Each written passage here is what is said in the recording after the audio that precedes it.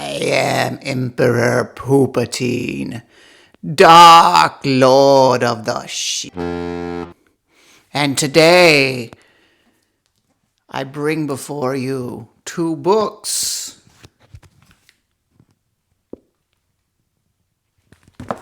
Which actually aren't that bad at all. I was doing a bit.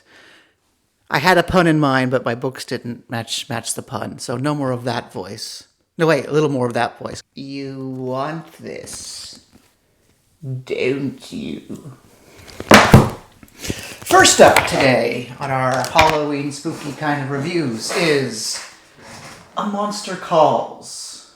I feel the need to explain why I read this story because it is a little unusual. In some ways, maybe not, but when you go to bookstores or Barnes & Noble in this case, you see those like staff recommendation picks. Here's what the staff is recommending. And this was always on the shelf of the recommendation from one guy. And so after seeing it enough trips, I said, okay, I'm going to read this. This looks interesting. It's short. It's got pictures. But also, I'm not sure at the time if it was meant for kids. And to some degree, that's still true. And that's the most interesting to talk about here at the end. A little miscalculation here. Written by Patrick Ness, inspired by Siobhan Dowd, and illustrations by Jim Kay.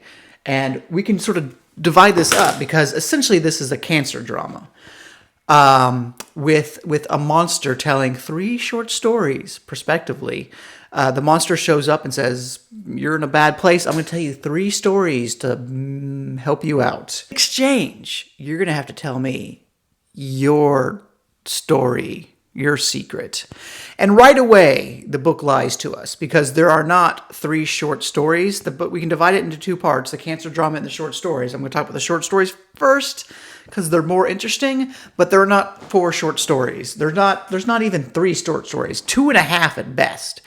The monster does not tell a 3rd story. It cheats. And then the kid's story is it's not like a story like the other 2. It's something, but it's not.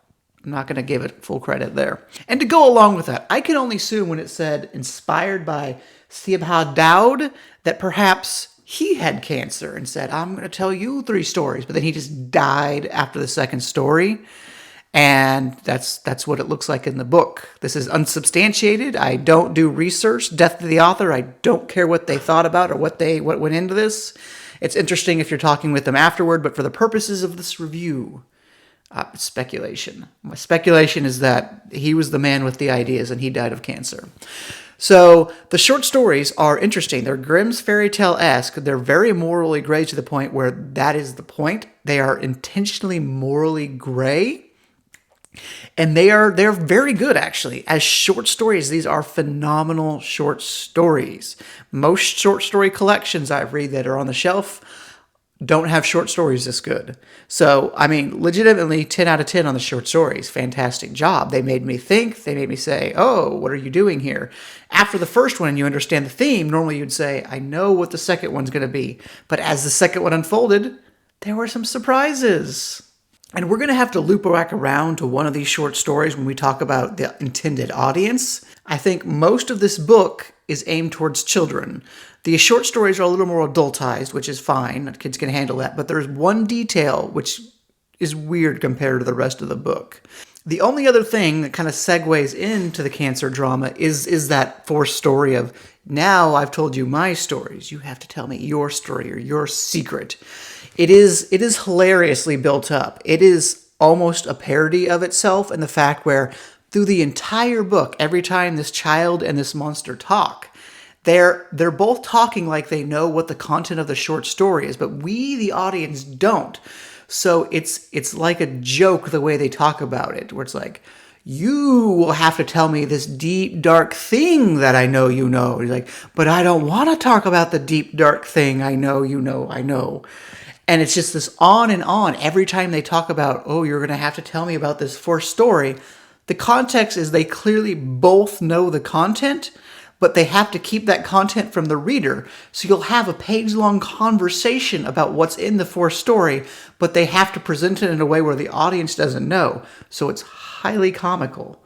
And I will say, I'm not going to spoil the ending or the fourth story, but it's in that valley where when you have a book or a movie or the author communicating to you a message, when you have the author communicating to you a message that, oh, there's a twist or there's something that's coming up is big and it's impactful. Normally that doesn't work just because it collapses in on the weight of itself. Normally when you have the author saying, just wait, this is awesome, then my expectations are raised.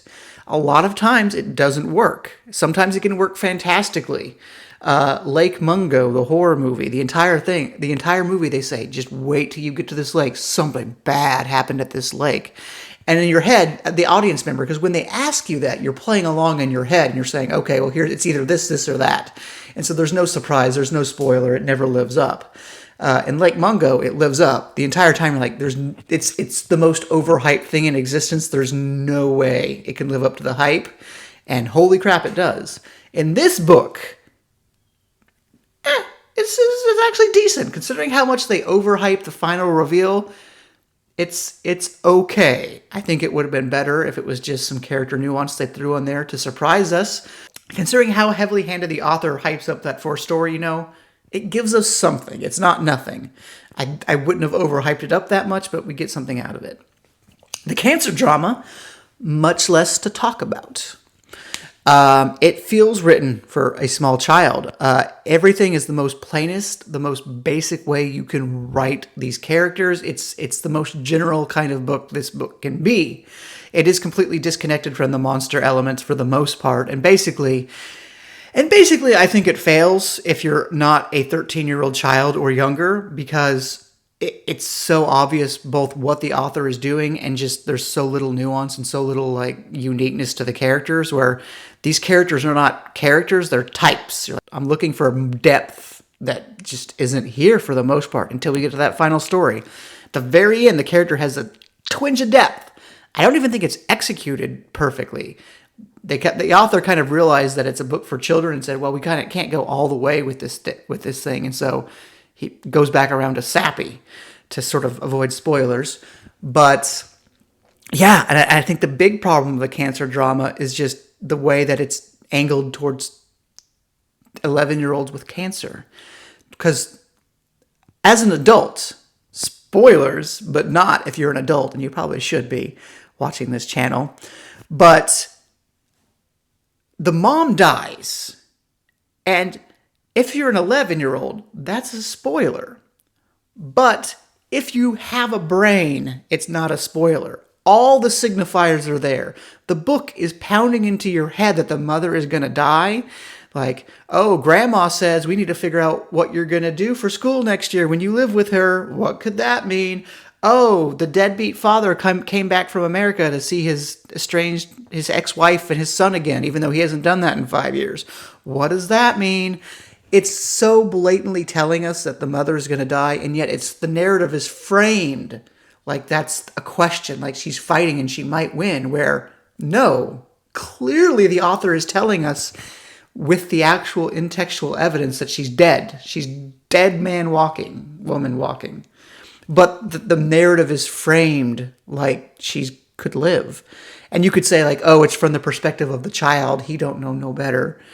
But I mean, you don't have to be that heavy in the narrative voice where the whole narrative is framed how the main character sees it, because everyone but him knows what's going on. And Mr. Adults at the Barnes & Noble, I'm going to assume it's nostalgia. I'm going to assume you read this as an 11-year-old you knew someone who had cancer. That's my assumption, because as an adult, it doesn't hold up. And as a child, there is a strange detail. Hold on to your butts here. One of the fantasy stories, it's a good fantasy story, little fairy tale, I should say, has a detail that is so out of place, so miscalculated for a book aimed at children. And even as adults, I would say oh, why was that in there? In one of the stories, a character rapes and murders a woman.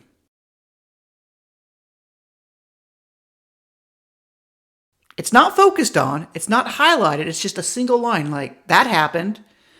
The sexual violence portion, or the sexuality, there was literally no reason for that. The character for the narrative does have to murder the woman. That's necessary. But what? I was like taken aback. Like, why is this in here? This is so jarring. This is weird. The only other thing to talk about are the pictures. They're very disappointing. I was really excited to read a picture book for, I don't know, high quality, but the cover is way better than anything you see in here. The pictures actually feel pretty low effort. They kind of look, I think it was digital art, but it kind of makes it look like pencil drawings. And for the most part, it's fairly minimalistic. It's all black and white. I don't know what we were supposed to get out of it. There's nothing in the entire book that we don't get from this opening picture here. I really don't understand.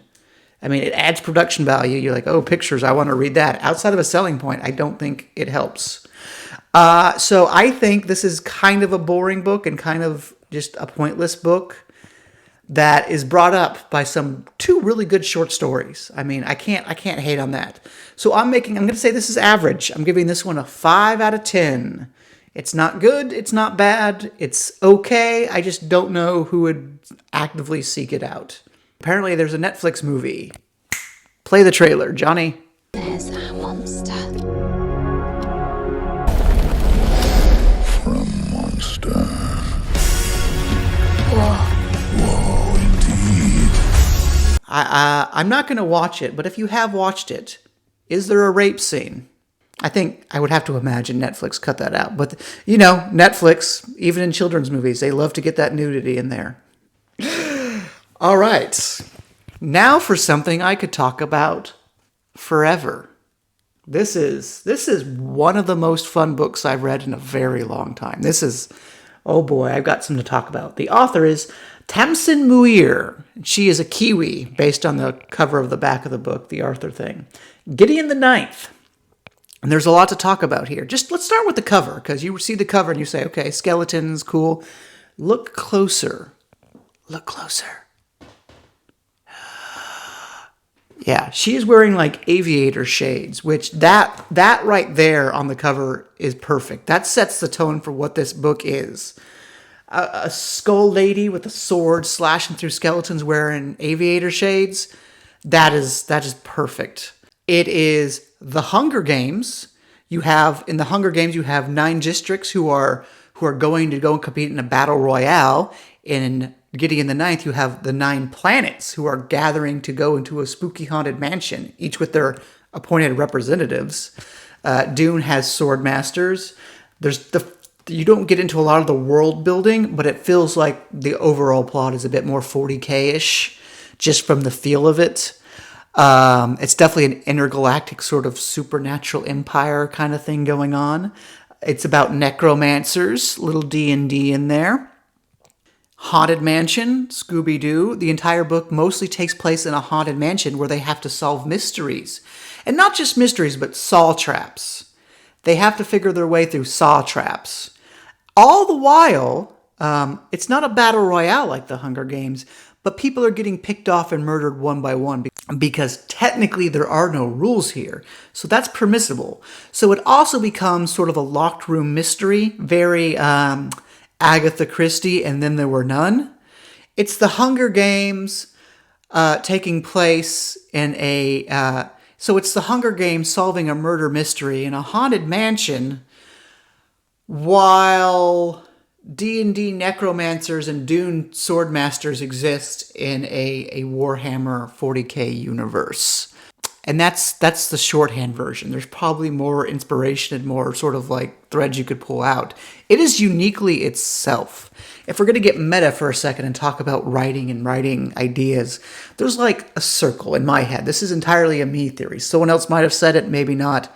Here's my conception. I'll make a graph or a chart or a picture. There's like a circle of human endeavor, of human creativity, if you will. And it started at the center. So everything in the circle is what's been done before. And most works, when you read a book, it fits into the circle. So you had a small circle starting out, and then Tolkien wrote Lord of the Rings, which was outside the circle. It was new, it was fresh, and all of a sudden that circle expanded. All of a sudden we have the fantasy genre. And little by little, that circle expands. Every time someone does something new, the circle expands to encompass that, and now all works might be sort of in that circle. Dune was written, all of a sudden the circle goes out. Warhammer, though derivative of Dune, did new things, so all of a sudden the circle gets pushed out, and on it goes. And it is interesting when you see a book that feels like it pushes that circle out, because it's not wholly derivative of something else that came before it. It's new, it's fresh, and you say like, oh, this is something I've not seen before. And I feel like Gideon the Ninth is outside that circle. Not a whole lot. It is definitely influenced by things within the circle. Pushes things forward just a little bit. And let's talk about the rest of the cover. We can just start with that. There's so much to talk about.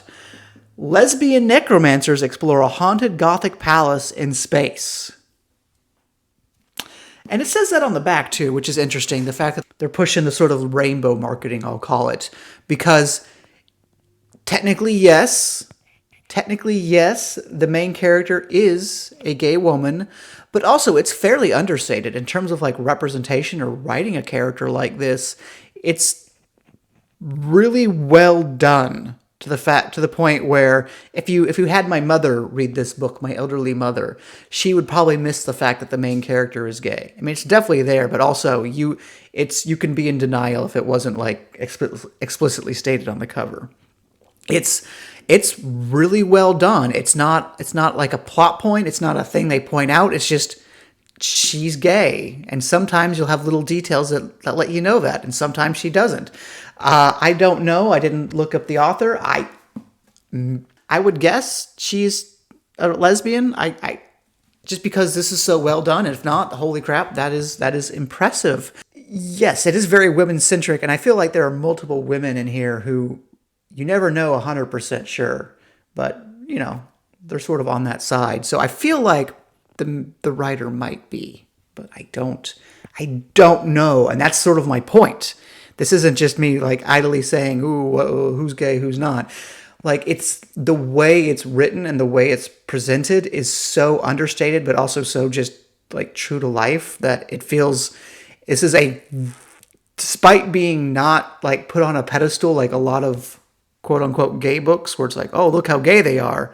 Look at our Netflix representation. Look at how gay our characters are. This is not that. This is really well done. It doesn't really matter. I could have not talked about this at all, and it would not have changed any part of the book, but I think that's my point. The most fun you'll ever have with the skeleton. That's another important point, I think, here. This book is very humorous. It is objectively comedic at points.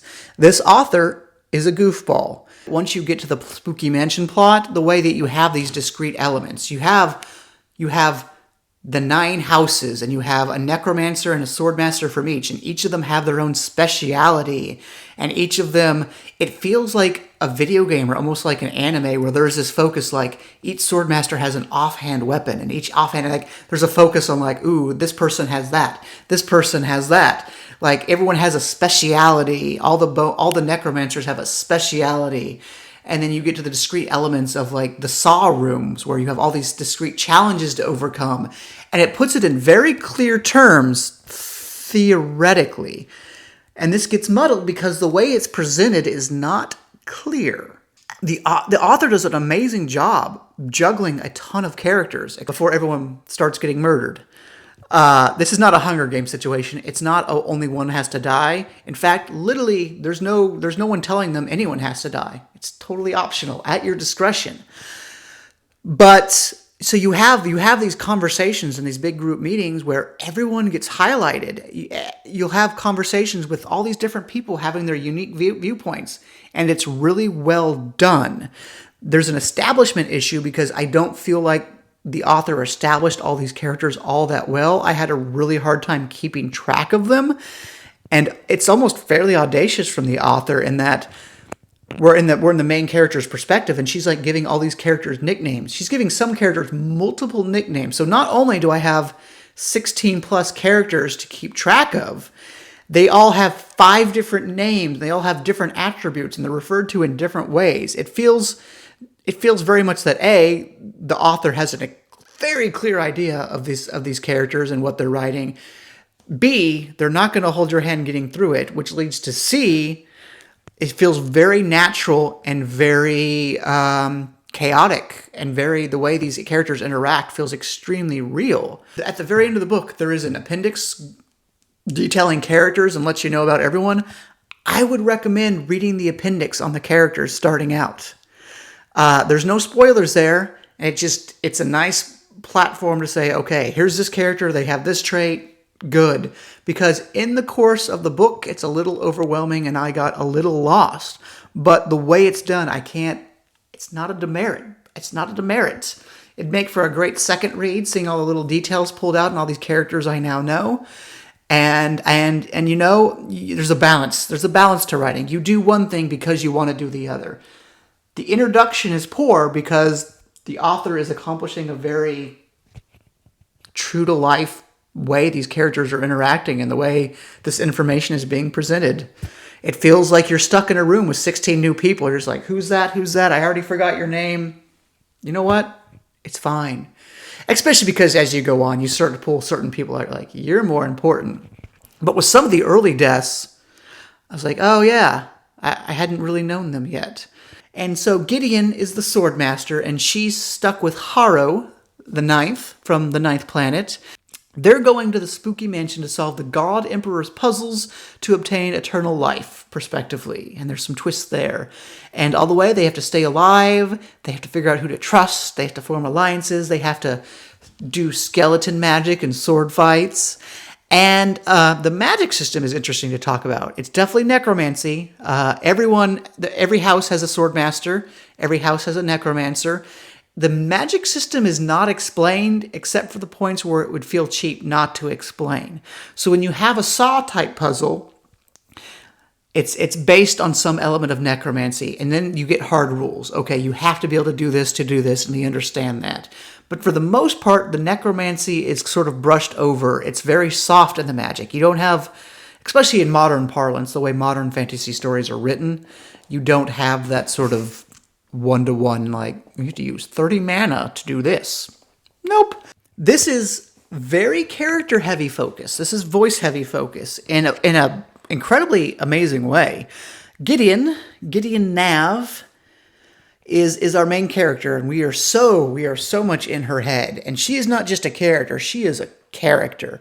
This woman has an extremely vivid personality, and I'm going to say to some degree that this is the main character might just be the author. I was reading some of the appendix after I was on a flight, and just said, I kind of chuckled at one point. I'm like, yep, that's the humor in the book. I think this is just the author. That's my appraisal. The one grounds for disliking the book, or I should say, if you're going to dislike this book, it's going to be because the humor doesn't jive with you. You find it too grating. I feel like I'm harsher on humor than most people, and I thought it really worked up until the final sort of climax, which got a little marvelly, where you have people quipping in a very serious situation. You needed to cut back at the end, but I'm not going to even, if the author was here and asked me to critique their work, I wouldn't even say that to them, because this book is just so them and so what they wanted to do, and just so bursting with personality that even when it doesn't work, I couldn't be mad at it. I really loved the tone. I thought the humor worked. I thought it was horribly entertaining. And I also thought there was a balance achieved here. It's kind of interesting in that the premise of the story is that the main character isn't actually a house swordmaster. It's entirely fraudulent. The House of the Ninth is under decay, and so they actually don't have someone to bring to this tournament. So they're like, you're going to pretend you're a swordmaster, and you know what? You're going to ruin it because you don't know what you're doing. So we're going to say you're a nun, and we're going to say that you've taken a vow of silence. So for a large portion of the book, even though our character is extremely mouthy, incredibly vibrant, and full of personality, they aren't allowed to talk. And so there's a very impressive balance achieved where, yeah, it could be too much, but also you kind of like crave it and you kind of want her to talk more, even though she's the talkiest person you've ever met, because she spends so much of her time under a vow of silence, where I don't know if that was a plot beat or if the author is a genius. Because if that plot beat, which totally makes sense on its own, was a way to moderate the excessive amount of dialogue and the excessive amount of personality coming out of our main character, like tour de force, that is genuinely genius if that was the intent. Because I feel like it creates such a sterling balance between the voice and the humor and just how much it could possibly grate on the audience. If we're starting to get into the less good stuff, that some character elements are on the weaker side and some plot elements are on the weaker side. If we're getting into critiques here, most of this comes up at the end here. Once you start having the end of character arcs, you say, I don't think that was earned. And one in particular, I found a little sort of uncomfortable, where there is a relationship that you develops, and you find out that it's kind of an abusive relationship. And at the end, it's romanticized. And I say, ooh, I don't think that was the appropriate choice. Or at least I should say, if that was what you were going for, you needed to put more work in to justify it. Because as it is, I think the characterization of that relationship is a little gross. I think, from my perspective, it's just objectively an abusive relationship. And there's not a lot of upsides there. So all of a sudden, treating it, romanticizing it, and saying like, no, you mean so much to me all along. I'm like, don't do that. And sort of the same to the plot, where there are plot holes, for sure. This is not a tight murder mystery. And I think this is perhaps the biggest thing that holds this book back, because a lot of the excitement and a lot of the driving force is this sort of murder mystery and sort of the mysteries in general. And when you get to the end, I was sitting there thinking like, wait, that doesn't track. If they were, why? And it wasn't logistical issues. It wasn't like, wait, how could you have murdered him if you were in that room? We never got that bad, but we got to like character choices and character actions. We're like, if you knew this piece of information, why did you do this thing? If you knew this, why did you let them do this? It felt like the author, from a sort of plotting perspective, was a little over their head when it came to the mystery and came to sort of the implications of small details. Some of it works, some of it doesn't, and that's just a little unfortunate here. And a little bit of, I have to take a point off for that, for sure. But overall, this is one of the most fun books I've read in a long time. Like, I'll sit here, I talked about Hyperion on this channel early on. I said, this is a 9 out of 10 book, Hyperion. And it was very much on a technical level. There were parts of it I really enjoyed and I just was like impressed by. But for most of the point, reading that book, I wasn't like enthralled. It was something where I have 25 pages a night I have to read. I'm going to read it. This is one of the few times, like not since The Way of Kings, where I was like, I need to read this book right now. I need to stop doing other stuff and sit down and read this book because I'm having such a darn good time. And part of that is the prose. In terms of prose, holy crap. The prose and the use of language is beyond phenomenal here. The author is an entertainer. First and foremost, this author is not a storyteller. This author is an entertainer. It is actually, I think, worth studying almost how well she uses the space on her page to like keep it moving and just always be inundating the reader with information that is entertaining. Like, you'll have, I think, like travel scenes, like, oh, this character has to go down the hallway to get to the Great Hall to eat. Doop-a-doo. And it's just like the character walked from point A to point B. No, that never happens. Every time there's any words on the page, you are getting something entertaining. Every paragraph is an excuse for this author to try and entertain you. Even when characters are walking from point A to point B, something is happening, something interesting is happening, something funny is happening, something entertaining is happening. The prose is sharp. And I came to that conclusion while I was reading it before I ever saw the sequel, where V.E. Schwab called the prose sharp. That is exactly the word I would use. It bites. It in the good way, where it's impactful. The author really goes for it and really like just gets in there with that knife and just says, make sure it all sticks. the level of entertainment. There are no dull moments, and even the pacing of the plot was kind of surprising, because you have these discrete elements. They say, okay, let's go solve these solve rooms, and you think, okay, that's the book. The book is going to be this like you have 9 rooms to solve, go do it, and then it kind of devolves away from that. You focus on it a bit, but then the focus changes. There's always this acceleration and this forward momentum within the plot that is just surprising. You're so on your toes when reading this book. And confession here, the prose itself was I didn't know a lot of the words. I'm not sure if this is a Kiwi thing. She's from New Zealand. Maybe they have a different dialect and different, that's not the word, a different vocabulary than we do over here. But I actively started keeping my phone on me. I'd normally read when I take a bath, but I'd keep my phone on me, and I'd make a list of all the words in that sitting that I didn't know. And then I'd look them up afterwards. And it was extensive. Like in a single sitting, I would have 8 words I didn't know. I feel like I have a good vocabulary. I feel like I learned a lot. And it's not one of those like, ooh, pretentious. I used a thesaurus. I feel like there are a lot of words here that aren't in a thesaurus. I feel like a lot of the words I didn't know were very short 3-letter words, 4-letter words. So when talked in a Sota voice, like, what does that mean?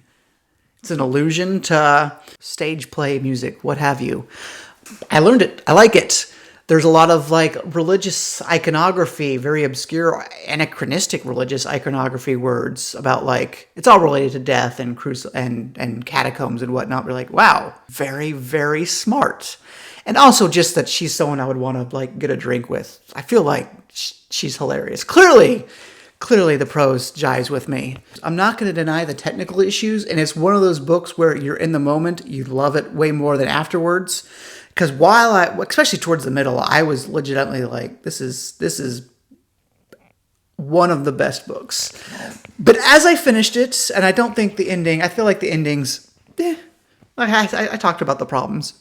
I'm giving this one an 8 out of 10. I think at the end of the day, it's a low 8 out of 10. My estimation kept lowering as I thought about it. It started out when I read it at 9, it was like an 8, and it's like, is it a 7? Nah, it's not a 7, but I'm giving Gideon the Ninth an 8 out of 10. It is, I would highly recommend it if you like to read for fun.